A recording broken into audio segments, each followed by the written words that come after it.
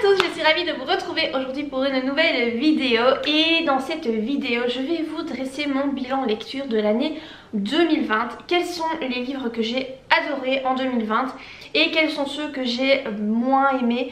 Donc en tout, en 2020, j'ai lu 30 livres. Je crois qu'en 2019, je devais en avoir lu 34 ou 35, donc je me maintiens plus ou moins. C'est vrai que du coup j'ai moins de temps pour lire, donc 30 livres c'est vrai que c'est pas beaucoup, mais néanmoins dans ces 30 livres il y en a quand même quelques-uns que j'ai vraiment adoré, pour lesquels j'ai eu un coup de cœur. Et donc je vais revenir sur ces livres là que j'ai vraiment beaucoup aimé. Il y a tout d'abord un roman de Agnès Leydig qui s'intitule Pars avec lui. Alors Agnès Leydig, à chaque fois que je lis un de ses romans, c'est quasiment à chaque fois un coup de cœur. J'aime vraiment beaucoup son style, j'aime beaucoup sa façon de transmettre les émotions. Pour moi, c'est l'autrice qui parvient le mieux de tous les auteurs que j'ai pu lire, et il y en a beaucoup. C'est celle qui parvient le mieux à transmettre les émotions. Avant je trouvais que Colleen Hoover y arrivait très bien, mais en fait je trouve que Colleen Hoover par rapport à Agnès Leydig, bah, c'est de la gnognotte à côté quoi. Agnès Leydig vraiment elle écrit mais tellement bien, ses histoires sont... c'est toujours triste, il y a toujours beaucoup de tristesse et ça fait mal quoi, ça fait mal au cœur, mais en même temps il y a toujours une note d'espoir, et cette note d'espoir fait que oui, vous êtes triste en lisant le livre, mais en même temps ça vous fait du bien, et ça se finit toujours bien, même si il y a du mauvais aussi. C'est jamais en fait vraiment, c'est pas des romans où tout va bien, c'est pas du feel good où vraiment tout est génial, non. On voit qu'il y a des difficultés, mais en fait les héros parviennent toujours à surmonter ces difficultés, et elle montre à travers ces héros comment faire pour surmonter ces difficultés de la vie qui sont très dures, parce qu'elle aborde des thèmes quand même qui sont extrêmement durs. Et j'aime bien, moi, franchement j'aime bien, parce que pour moi la vie c'est ça, c'est des choses moches qui nous arrivent, mais il y a également des choses très belles, et même dans les choses moches il y a du positif à en retirer à chaque fois, et je trouve qu'Agnès Leydig, elle transmet ça. Et donc moi j'aime beaucoup ce roman là, Part avec lui, vraiment je l'ai beaucoup aimé, et voilà, c'est une autrice vraiment que je vous conseille, parce que elle écrit vraiment très bien. Le deuxième roman pour lequel j'ai eu un gros coup de cœur, c'est le tome 3 de la saga Kuchiel. J'avais lu les 2 premiers tomes il y a très longtemps, il y a bien 10 ans de ça, et là je me suis décidée à me relancer à terminer en fait la trilogie, parce que c'est une trilogie. Ce sont des gros romans, hein, ils font 1000 pages chacun, donc c'est le genre de truc, tu vois, moi il m'a fallu 2 mois pour le lire, le tome 3. Mais j'adore, voilà, c'est un univers, donc c'est du fantastique, enfin non, de la fantasy, mais fantasy historique. Donc t'as l'impression que c'est vraiment un truc qui est arrivé en fait, t'as l'impression que c'est réel, mais en fait pas du tout. C'est très bien fait, voilà, c'est juste très bien fait, l'univers est hyper riche, les personnages sont très bien construits, ont plein de nuances, même les personnages secondaires ont plein de nuances. Donc l'autrice Jacqueline Carré, c'est vraiment, pour moi c'est un génie, voilà. Il y a très peu d'auteurs comme ça que j'admire, mais alors elle franchement je l'admire vraiment beaucoup, parce que je trouve qu'elle a fait un travail de dingue avec ce roman là. Et aussi cerise sur le gâteau, c'est que normalement c'est un roman anglophone, ouais je pense que c'est anglophone. Et donc moi je lis la version traduite en français, et je dois dire que la traduction est d'une qualité, mais c'est vraiment à souligner, parce que parfois les traductions sont bâclées, genre chez Hugo Roman les traductions sont à chier, mais vraiment. Ici c'est très bien traduit, les phrases sont tellement belles, c'est vraiment de la fantaisie, mais un peu littéraire comme ça, c'est des belles phrases, vraiment c'est beau. Voilà, si vous aimez la langue française en fait, eh ben ce roman là il est vraiment très bien écrit, et pourtant c'est une traduction, donc je pense qu'il faut voilà saluer le travail de la traductrice ou du traducteur, je sais pas qui c'est, mais là je trouve que pour une fois c'est vraiment très bien traduit. Kuchiel, c'est vraiment un roman qui est assez sombre, hein. Enfin c'est une trilogie assez sombre, puisqu'on va suivre les aventures de Phèdre, qui est une jeune femme qui se dévoue au service de Nama. Donc en gros elle choisit d'être une prostituée, mais dans cet univers là ce n'est pas quelque chose de négatif, c'est quelque chose qu'on choisit librement de faire, parce qu'on aime ça, on est fait pour ça en fait. Et elle, Phèdre, donc elle choisit de faire ça, mais avec une particularité, elle a une petite tache rouge dans l'œil qui fait en sorte, enfin qui montre en fait qu'elle est l'élu de Kuchiel. Kuchiel c'est le dieu le dieu du, pas de la douleur, mais enfin c'est un petit peu du châtiment quoi, c'est celui qui punit. Et donc elle est son élue, ce qui fait que elle, son délire, c'est d'avoir mal et de supporter la souffrance à des extrêmes en fait. Donc ça vous donne un peu le ton du truc, c'est pas le genre de roman à mettre dans les mains des plus jeunes, hein, parce que voilà, vous avez des scènes érotiques décrites dans le détail et des scènes de souffrance quoi. Voilà, c'est érotique mais c'est genre BDSM si vous voulez, mais à la mode fantasy, voilà. C'est vraiment particulier hein, parce que c'est pas le genre de thème qu'on retrouve souvent en fantasy je crois.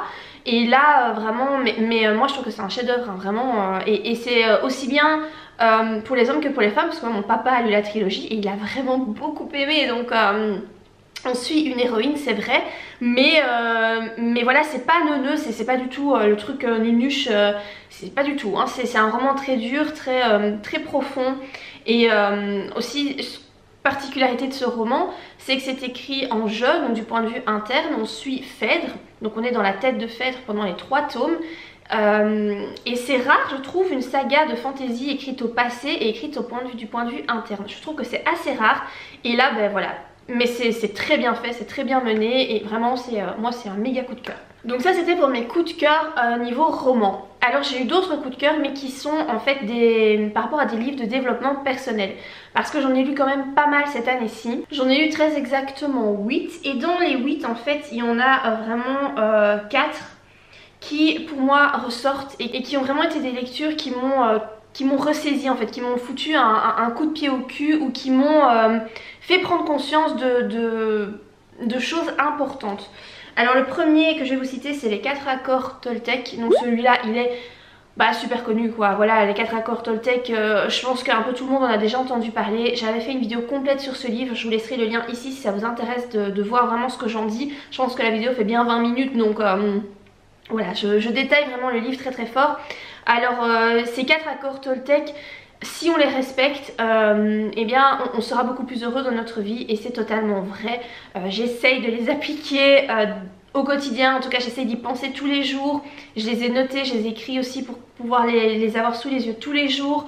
C'est un livre qui est plein de bon sens et je pense que tout le monde devrait le lire parce que vraiment c'est genre la base. En développement personnel si vous voulez, c'est la base et en plus souvent, enfin vous avez parfois des livres de développement personnel qui sont très moralisateurs je trouve. Celui-ci ne l'est pas, il est très bienveillant et voilà, c'est la base. Pour moi il faut vraiment le lire. Du même auteur, donc c'est Don Miguel Ruiz, j'ai lu La maîtrise de l'amour et encore une fois ce roman là m'a foutu une claque parce que j'ai compris ce que c'était que d'aimer réellement quelqu'un en fait. Beaucoup de personnes pensent aimer l'autre mais en fait ne l'aiment pas de la bonne façon ou ne l'aiment pas pour les bonnes raisons ou en tout cas se fourvoient complètement sur la notion d'amour et c'est comme ça que vous avez beaucoup de couples qui se séparent, des divorces etc. J'ai été ce genre de personne, hein, voilà, j'ai divorcé etc. J'ai fait aussi beaucoup d'erreurs, j'en ferai sans doute encore, j'en fais peut-être encore mais je pense que j'ai quand même pris conscience de choses très importantes et ce livre m'y a vraiment beaucoup aidé, il m'a fait du bien. Je l'ai lu vraiment dans une période de ma vie, je l'ai lu pendant cet été et je l'ai lu, enfin voilà, cet été j'ai eu plein de soucis d'ordre personnel, on va dire psychologique, voilà, j'allais pas bien du tout. Ce livre m'a fait du bien, m'a vraiment beaucoup aidé. Je le conseille vraiment parce que vous avez, sur l'amour vous avez des tonnes de bouquins dans tous les sens, de psychologues, de psychiatres, de personnes qui s'y connaissent soi-disant machin. Moi je vous dirais si vous devez n'en lire qu'un, lisez celui-là. Encore une fois, il n'est pas moralisateur et vraiment il est bienveillant et quand vous le lisez, vous prenez conscience de trucs mais de dingue en fait. Des trucs auxquels vous n'auriez jamais pensé peut-être par vous-même. Vraiment c'est un super bouquin. En développement personnel, le 3e livre pour lequel j'ai eu un coup de cœur, c'est Cessez d'être gentil, soyez vrai. Alors ce bouquin là, je trouve aussi que tout le monde devrait le lire parce qu'en fait c'est un livre qui vous apprend à communiquer de façon beaucoup plus adéquate, de façon beaucoup plus bienveillante pour éviter les conflits qui tournent en eau de boudin et voilà, parce qu'en fait quand vous Enfin, quand vous commencez à baigner un peu dans le développement personnel, vous vous rendez compte qu'on communique tous extrêmement mal. Pourtant, à l'heure actuelle, avec tout ce qui est réseaux sociaux, internet, etc., la communication n'a jamais été aussi facile et pourtant, je trouve que la communication est déplorable, mais vraiment. Et dans ce livre-là, ça vous montre comment bien communiquer, mais il y a plein d'exemples en fait. Et l'auteur se répète plusieurs fois et ça je trouve que c'est important parce que ce sont des notions qui sont difficiles à intégrer. On vous a appris à communiquer depuis que vous êtes petit d'une façon pourrie et pour vous c'est ça la normalité. Et du coup maintenant qu'il faut essayer de changer ça, c'est compliqué parce que, enfin genre moi ça fait 33 ans que je communique d'une façon pourrie. C'est difficile de changer ça en fait. Et franchement ce livre là il est très très bien, je le conseille vraiment pour communiquer mieux mais avec tout le monde, hein, votre conjoint, vos enfants, vos amis, vos parents, n'importe qui. Je trouve que ce roman est vraiment, enfin ce bouquin là est vraiment essentiel. Et finalement mon quatrième coup de cœur en développement personnel, c'est Le pouvoir de l'acceptation de Lise Bourbeau. Lise Bourbeau, je suis complètement fan de ses livres. À chaque fois que je lis l'un de ses livres, j'apprends plein de trucs, ça me fait prendre conscience de plein de choses. Ici c'est vraiment comme le titre l'indique, ça vous apprend à accepter les choses, à vous poser des bonnes questions. Quand vous avez une émotion qui vient suite à quelque chose, ce livre vraiment vous montre quelles sont les questions que vous devez vous poser pour évoluer. Alors c'est pas facile parce que ici en fait le roman, enfin l'ouvrage si vous voulez, est écrit sous forme d'histoire. Donc c'est un couple qui vient voir Lise Bourbeau qui est psychiatre. Et voilà, et en fait c'est raconté comme ça sous forme de séance psy. Et donc à chaque fois on suit une nouvelle séance psy d'un chapitre à l'autre. Évidemment Lise Bourbeau elle est psy donc elle sait exactement quelles sont les questions qu'il faut poser. Quand vous êtes face à vous-même avec vos problèmes et que vous devez essayer de vous poser les bonnes questions, c'est dur parce qu'en fait vous n'avez pas de regard extérieur sur ce que vous vivez. J'ai essayé de le faire hein, mais c'est vrai que je me suis retrouvée plusieurs fois coincée en fait dans mes questions parce que c'est juste que quand t'as la tête dans ton nuage noir là, t'arrives pas en fait à trouver les bonnes questions à te poser pour réussir à t'en sortir. Donc c'est très bien, ça m'a appris plein de choses. Mais voilà, c'est sûr que ça remplace pas je pense une vraie séance avec Lise Bourbeau. Mais voilà, c'était très intéressant à lire en tout cas, ça m'a appris plein de trucs. Il y a également deux flops que j'ai lus cette année-ci que j'ai vraiment pas aimé, dont l'un des deux que j'ai abandonné. Il y a le tome 8 de Charlie Davidson. J'ai complètement laissé tomber cette saga. Voilà, je me souviens que j'avais lu les 7 premiers tomes mais vraiment d'affilée tellement j'aimais ça.